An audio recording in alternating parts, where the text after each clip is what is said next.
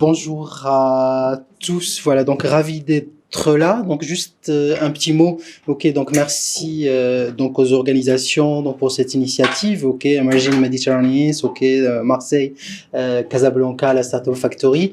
Euh, il y a très longtemps, j'étais étudiant dans le sud donc de la France, pas à Marseille, ok, donc juste à côté, une ville concurrente à Nice, et je me posais toujours la question de ce qu'il était possible de faire de l'autre côté. Maintenant que je suis de l'autre côté, voilà, je suis vraiment ravi de participer à cette initiative. Alors, parlons concrètement.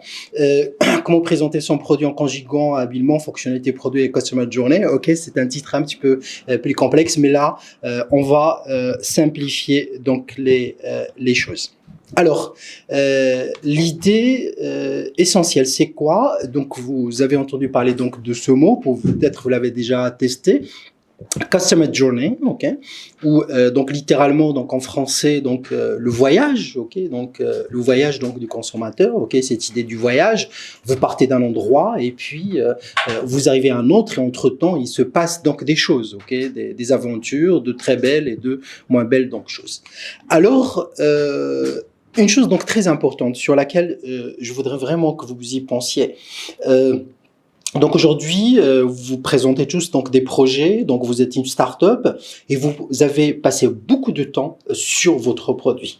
Alors quand on passe beaucoup de temps sur son produit, donc il arrive donc un moment où où on est satisfait de ce produit. Okay, et cette satisfaction génère tout simplement donc dans l'esprit de celui qui l'a fait la perfection. Okay. Sauf que c'est une idée fausse donc de l'esprit. Pourquoi?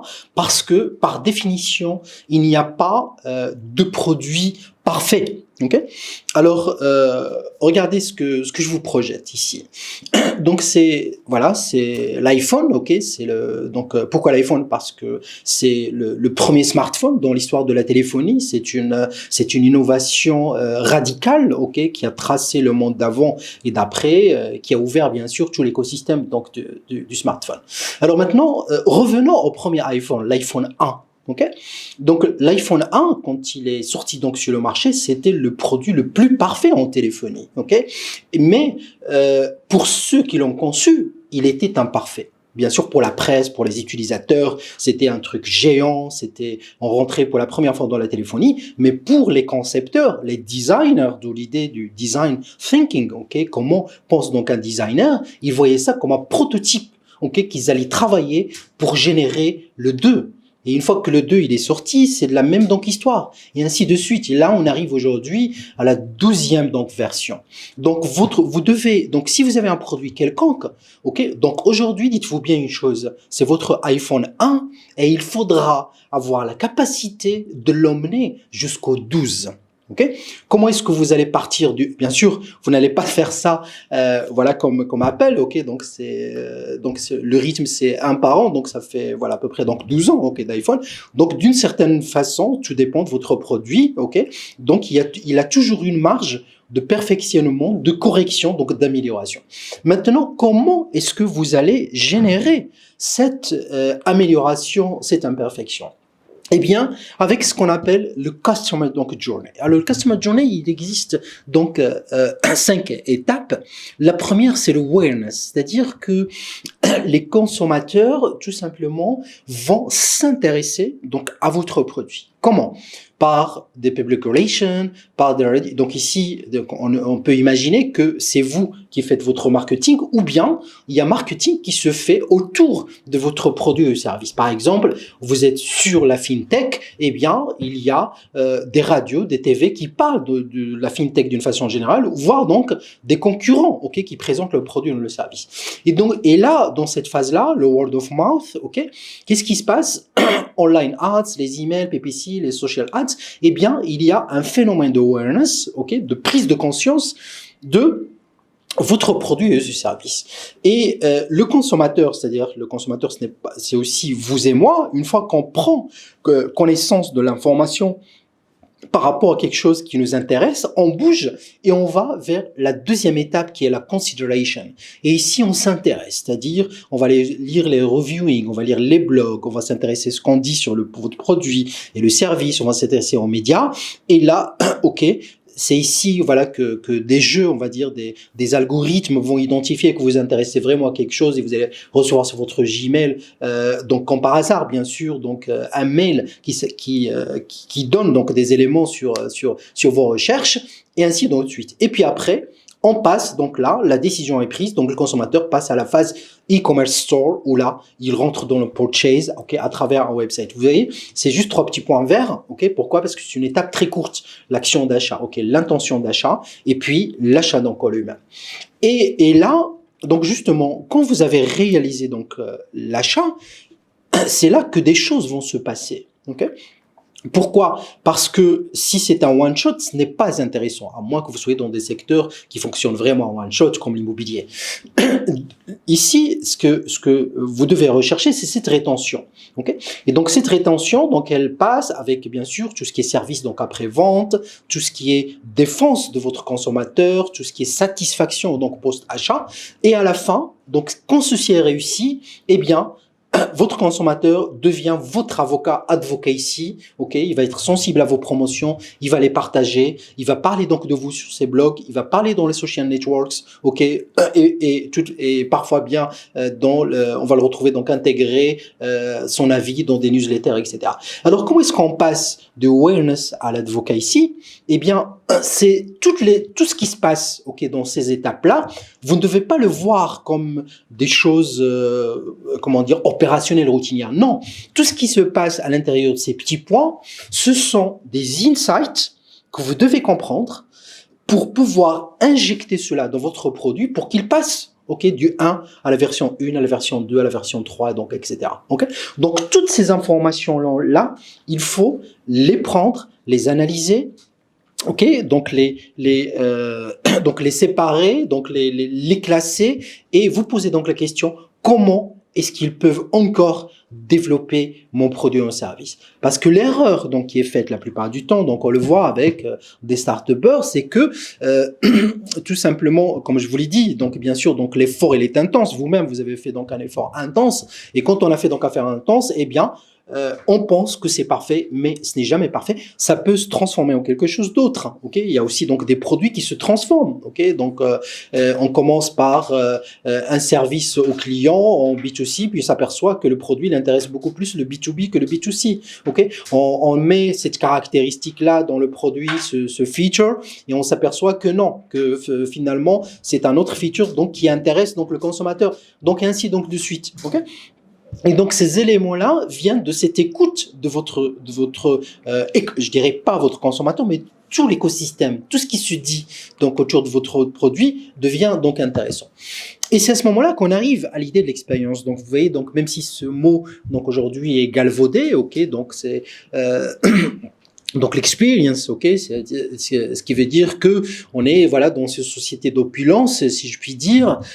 On n'achète plus des produits ou des services ou on télécharge une application, mais on vit une expérience, ok. Donc on vit une expérience et c'est le rapport avec cette expérience qui nous amène donc à un moment donc ou à un autre, ok, à vouloir revivre une deuxième fois cette expérience. Donc là aussi, qu'est-ce qu'on fait? On a façonné notre produit et service, ok, donc on l'a testé, il est opérationnel, mais ce qu'il faut considérer que mon produit, donc mon service qui atterrit sur le marché, le produit de ma startup, eh bien, quand mon consommateur, mon client, mon usager va entrer en interaction avec mon produit, eh bien, il rentre tout simplement avec une previous experience. Okay, c'est-à-dire que nous avons tous chacun, nous avons une expérience passée. Et cette expérience passée, elle peut être excellente, moyenne ou tout simplement mauvaise ou encore très très mauvaise. Okay, donc quand un consommateur fait l'acquisition de quelque chose, il le fait avec d'une façon inconsciente, avec une expérience passée mémorisée. Okay, et donc quand il passe à l'actuel purchase, il passe dans l'étape current experience. Là, il vit l'expérience avec votre produit donc au service. Et là, une fois que cette consommation donc est faite donc le temps, là, il se projette dans l'expérience future. Et là, il commence donc à l'imaginer. Et là, on passe dans la phase post-purchase ou bien repurchase. Donc, votre objectif, donc, à vous aussi, donc, pour pouvoir améliorer, transformer votre produit, c'est comprendre les expériences passées de votre consommateur. Ok. Si je prends en exemple, ok, je vous donne un exemple donc rapidement. Prenons quelqu'un qui achète une assurance. Ok. Eh bien, quand vous achetez donc une assurance, donc au départ, bien sûr, il y a une mini expérience parce que vous allez dans l'agence, vous remplissez le papier, vous donnez, on vous remet votre attestation d'assurance. Mais la plupart du temps, là où l'expérience avec l'assurance va fonctionner, c'est quand vous allez avoir un incident. Vous allez avoir un accrochage, donc un accident, et là, vous revenez et là, vous allez vivre une expérience avec l'assurance. Ok.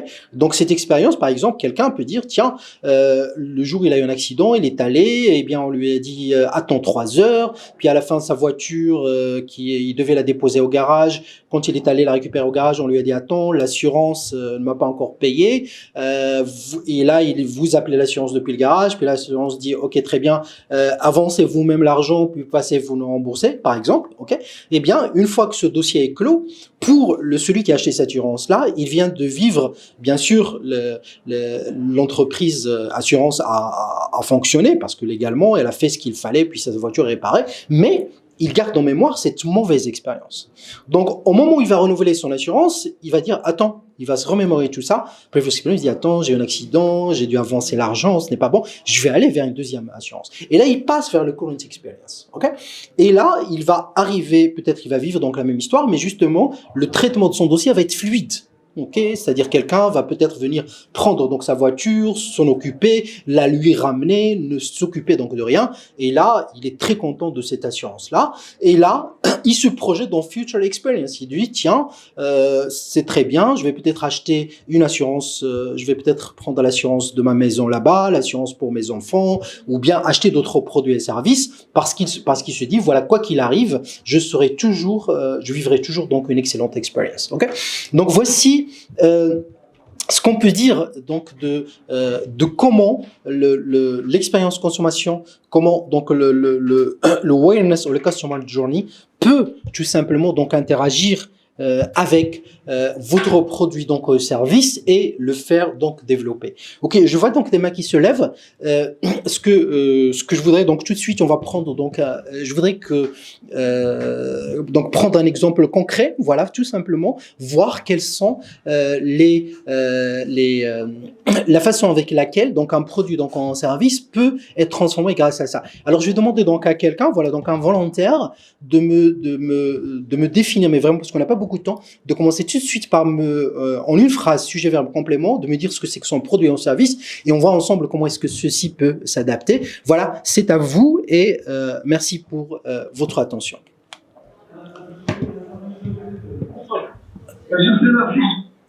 Ok. Est-ce qu'on peut relever donc la question de quelqu'un? On peut les entendre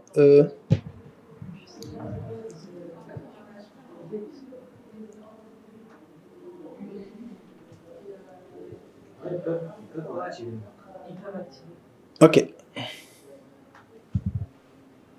Alors, il y en a un, c'est des poubelles intelligentes, service de collecte. Ok, très bien. Est-ce que ou bien juste regardez ce qui a marqué sur Converser. Est-ce que c'est poubelles intelligentes, service de collecte. Ok, poubelle donc intelligente, service donc de collecte. Alors, si je prends, ok, donc je vais retenir juste le produit poubelle donc intelligente. Ok.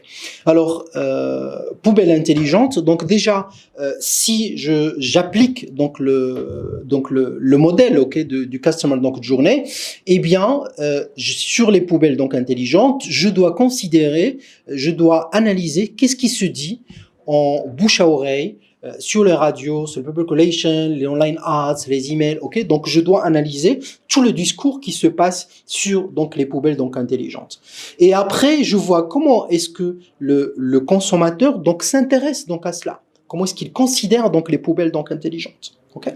Une fois que je vois par exemple, imaginons, ok, donc je ne sais pas comment est-ce qu'un consommateur peut imaginer poubelle intelligente. Imaginons que quelqu'un comment dire, pense la poubelle donc intelligente, mais dit comparativement à ce qui existe, ok, peut-être que ça coûte trop cher, peut-être que le coût, ok, donc la poubelle intelligente, donc elle est chère. Eh bien, j'ai une information. Ok, j'ai une information donc clé, donc à savoir que le coût, eh bien là, je peux développer donc ma recherche et développement et aller fabriquer donc ma poubelle donc intelligente, ok, avec du matériel recyclé, transformer un ancien baril de pétrole en poubelle, transformer quelque chose, comment dire, donc le caoutchouc des anciens pneus que je vais recycler en poubelle, ok, donc là je suis en train de, ok, de développer donc en live donc cette idée là, et là je viens de développer mon produit poubelle 1 à poubelle 2. Okay, donc là, le purchase se fait. Donc en général,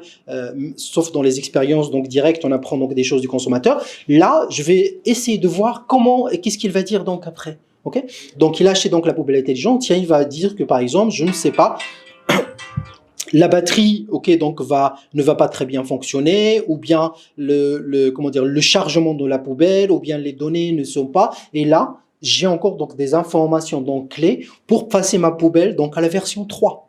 Ok, la version donc 3, je vais peut-être augmenter donc les batteries, je vais peut-être comment dire, filtrer certaines données, en supprimer d'autres, en rajouter d'autres auxquelles donc je ne pensais pas, voilà le calcul du CO2 ou quelque chose donc comme ça. Et là, ok, donc une fois que j'ai donc ces informations là, eh bien je les injecte donc dans mon produit qui se développe vers la version 3. Après, les consommateurs donc ils sont contents, ils vont faire de l'advocacy. Okay, donc ils vont faire de l'advocacy, mais quand ils font de l'advocacy, ils donnent aussi donc des idées. Par exemple, quelqu'un va dire voilà, je suis content de cette poubelle intelligente, c'est génial, c'est super. Par contre, on aurait aimé, vous voyez donc cette phrase là, ok. Vous trouvez par exemple, c'est la phrase qu'on trouve dans toutes les critiques des produits hi-fi, audio ou voitures. On aurait aimé que, ok. Et ce on aurait aimé que, ok, c'est par exemple quelqu'un va dire on aurait aimé que ça soit distribué partout dans le monde, peut-être dans les pays en voie de développement de la même manière que ce soit dans les pays développés. Et là, j'ai une idée tout simplement d'un new market. Okay, et ainsi donc de suite. Donc, ce qui fait que en prenant donc tout simplement, comment dire, les informations dans ces différentes phases, awareness, consideration, purchase, retention, advocacy, donc toutes ces informations-là, ok, quand je sais les analyser, quand je sais les trier, quand je sais les classer, ok, donc je les prends et je les injecte, ok, dans mon iPhone 1 pour qu'il en devienne un iPhone 2, un iPhone 3, un iPhone 4, donc etc. Ok.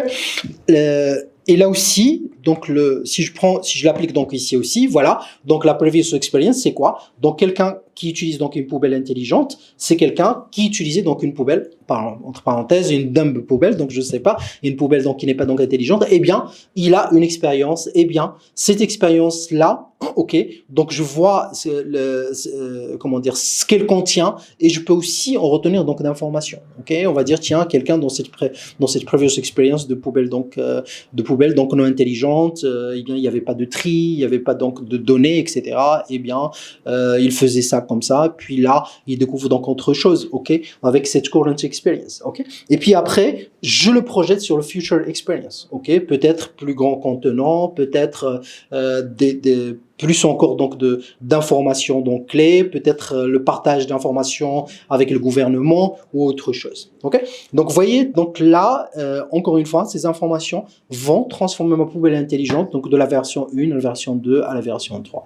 Ok. Voilà donc pour cet exemple, voilà, j'espère que le concept est beaucoup plus clair donc avant. Alors d'accord. Oui, je pense, oui, on peut laisser quelqu'un s'exprimer par le micro? Oui, parler. D'accord. Ok. Alors, ok. Voilà, on vient d'activer les micros, vous pouvez prendre la parole le cas échéant.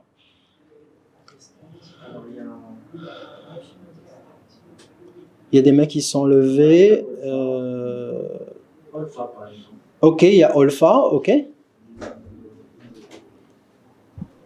Son micro est encore désactivé, Olfa. Ok. Ok, Olfa, tu peux désactiver ton micro. Bonjour. Oui, bon. Donc, moi, ce que j'ai vraiment adoré, c'est le concept que le porteur, le client soit lui-même le porteur du projet. Donc ça, c'est une notion que j'ai beaucoup aimée. Et donc, c'est très intéressant qu'on arrive à faire convaincre le client par le potentiel du produit au point qu'il soit lui-même le marketeur du produit. C'est juste cette notion-là qui m'a vraiment secouée et ça m'a vraiment interpellée. Et c'est très, très intéressant. Si on arrive à atteindre ce stade-là, ça veut dire qu'on est vraiment sur la bonne voie. C'est juste ce que je voulais partager avec vous. Ok, tu as tout à fait raison. Donc, Olfa, donc là, en fait, c'est un concept voilà, qui est beaucoup plus complexe. Donc, à la limite, ok, on pourrait carrément faire une intervention là-dessus. Ok, ça s'appelle la customer advocacy. Ok, donc justement, le must donc du marketing, c'est ça. Ok, c'est quand votre consommateur vous défend. Ok, donc mais là, ça arrive quand? Donc, en fait, à quel moment est-ce que le consommateur passe de simple customer, ok, à customer advocacy? C'est quand vous êtes très sincère avec lui, ok. Vous ne lui cachez rien, ok. Vous ne lui cachez rien. Vous êtes toujours authentique et bien sûr, vous avez un service après-vente excellent. Okay. Et donc là, on assiste, ok. Donc on assiste, voilà, par exemple, voilà, celui qui maîtrise ça à un niveau top élevé, c'est Apple. C'est la raison pour laquelle donc Apple est classé comme l'entreprise la plus innovante dans le monde. Et vous le voyez, c'est-à-dire si vous allez dans un forum et que quelqu'un critique le Mac, donc ou l'iPhone, donc les produits Apple, à la limite n'a pas le temps. Ok, donc de répondre donc par lui-même, sauf pour des questions stratégiques. Mais là, ce sont les consommateurs, donc eux-mêmes, qui se mettent donc en avant, ok, et qui vont sur les forums, qui chatent et qui démontrent argument par argument tout ce qui peut donc entrer donc là-bas. Donc vous pouvez aller sur donc le principe de customer donc advocacy, mais à la seule condition que vous êtes transparent et surtout vous répondez aux questions donc de ce consommateur avant même qu'il se les pose, ok. Donc une stratégie qu'on appelle des ask you answer, ok. C'est-à-dire vous pouvez lister les questions que le consommateur se pose dans sa tête par rapport à votre produit, ok. Je vous donne un exemple, voilà, concret par exemple dans les voitures. C'est une problématique dans l'automobile. Quand quelqu'un veut acheter donc une voiture, il a peur. Pourquoi? Parce que il connaît pas le prix. Il connaît pas le prix, il sait pas, donc le prix augmente de 20-30% sur le concessionnaire et donc etc. Et donc, mais les marques ne sont pas très transparentes donc par rapport donc à ça. Okay.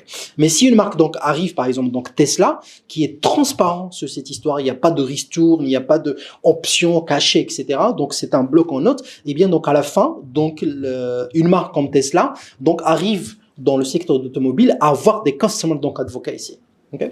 Et donc voilà, donc vous devez être très transparente sur votre produit et votre service. Vous devez impliquer ces consommateurs dans la phase de co-création donc de produits et ne rien donc leur cacher. Okay. C'est-à-dire parfois on peut aller jusqu'à l'explication de la marge. C'est-à-dire voici combien je gagne donc sur le produit, ok, et ça ne crée aucun tort, ok, donc pour vous. Donc voilà. Donc une fois que vous avez ça, votre consommateur donc est prêt, entre parenthèses, à mourir pour vous. Voilà, si je puis dire. Ok. Donc merci Olfa. On a encore le temps pour d'autres. Alors Mourad. Ok Mourad. Tu peux désactiver ton micro. Oui, je l'ai fait. Ouais. Bonjour Mourad. Bonjour. Bonjour. Merci. Donc, moi, mon produit, c'est deux appareils. Mm-hmm. Le premier, il peut mesurer le niveau de stress chronique. Mm-hmm. Et le deuxième, c'est un appareil qui peut enlever les douleurs chroniques. Donc, pour le premier, nous avons déjà obtenu un brevet international, un PCT application. Et pour le deuxième, c'est dans la voie de la protection. Donc, actuellement, qu'est-ce qu'on fait? Donc, nous avons un cabinet médical à Tlemcen, qui est logé à côté de la frontière marocaine. Et actuellement, nous avons une trentaine, voire quarantaine de patients par jour. Alors, ces patients, lorsqu'ils ont tout essayé pour enlever leur douleur chronique, on vient nous voir. Donc, notre appareil breveté, il peut enlever les douleurs de dos, des genoux, de la nuque, les acouphènes, les bourdonnements d'oreilles. Et donc, les résultats, c'est vraiment inégalable. Nous avons même pu traiter des patients au Qatar. Et donc, vraiment, les patients, lorsqu'ils se soulagent, donc, nous disent que cet appareil n'a vraiment pas d'égal la santé actuelle.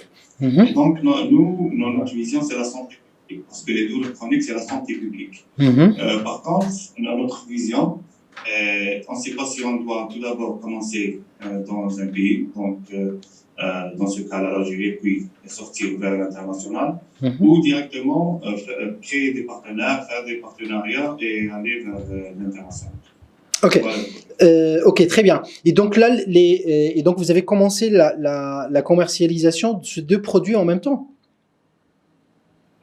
Alors pour le premier, j'ai vendu une licence dans la Scandinavie.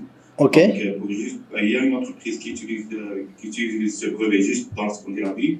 Et nous, on l'utilise juste au niveau de notre centre. Puisque à un certain moment, en 2018, j'ai voulu fabriquer moi-même l'appareil. Mhm. Mais il y a eu des problèmes de certification, d'homologation au niveau de l'Algérie, parce qu'il n'y a pas il y avait pas d'organisme qualifié pour faire la certification.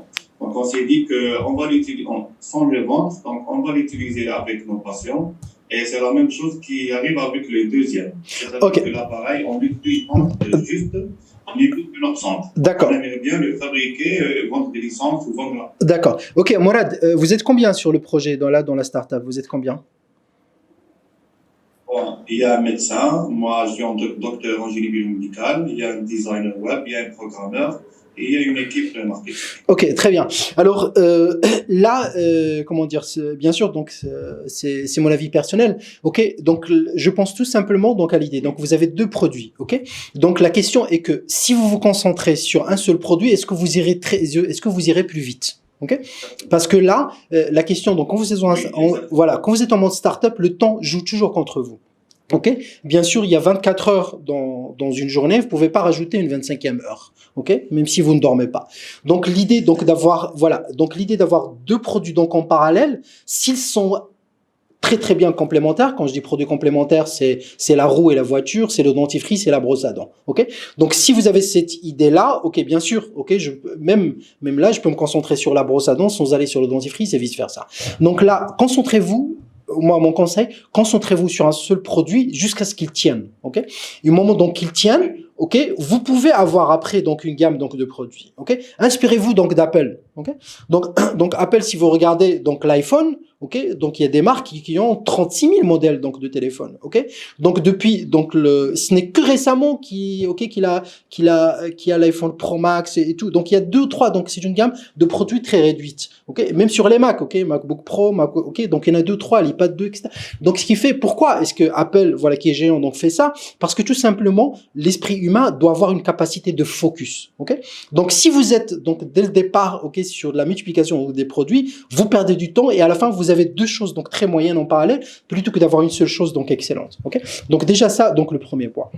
Le deuxième point, vous êtes en Algérie, ok, c'est très bien. Donc maintenant aussi, donc par rapport au temps, par rapport donc à l'écosystème, donc allez toujours autour de vous. Ok, dans votre quartier, dans votre ville, faites donc le maximum. Pourquoi? Parce que vous devez avoir donc un ancrage. Sauf si 100% de vos clients sont à l'étranger, là vous parlez donc de la Scandinavie, eh bien à la limite se concentrer sur ce pays-là. Okay.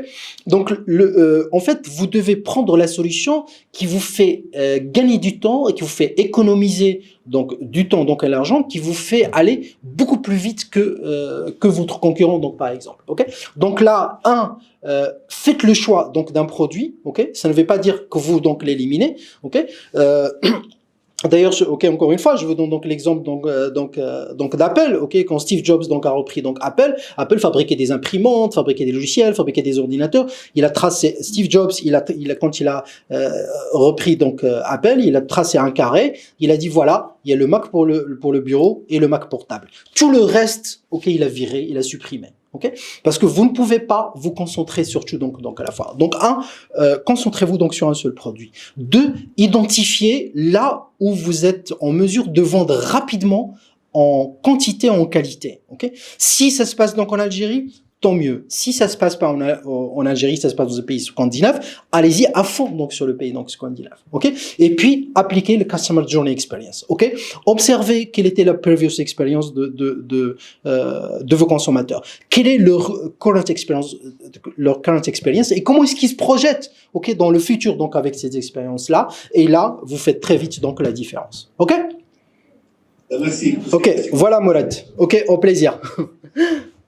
Ok, tenez-moi au courant. Ok, vous pouvez m'envoyer un message sur LinkedIn. Ok, bonne continuation. Merci à vous. Merci.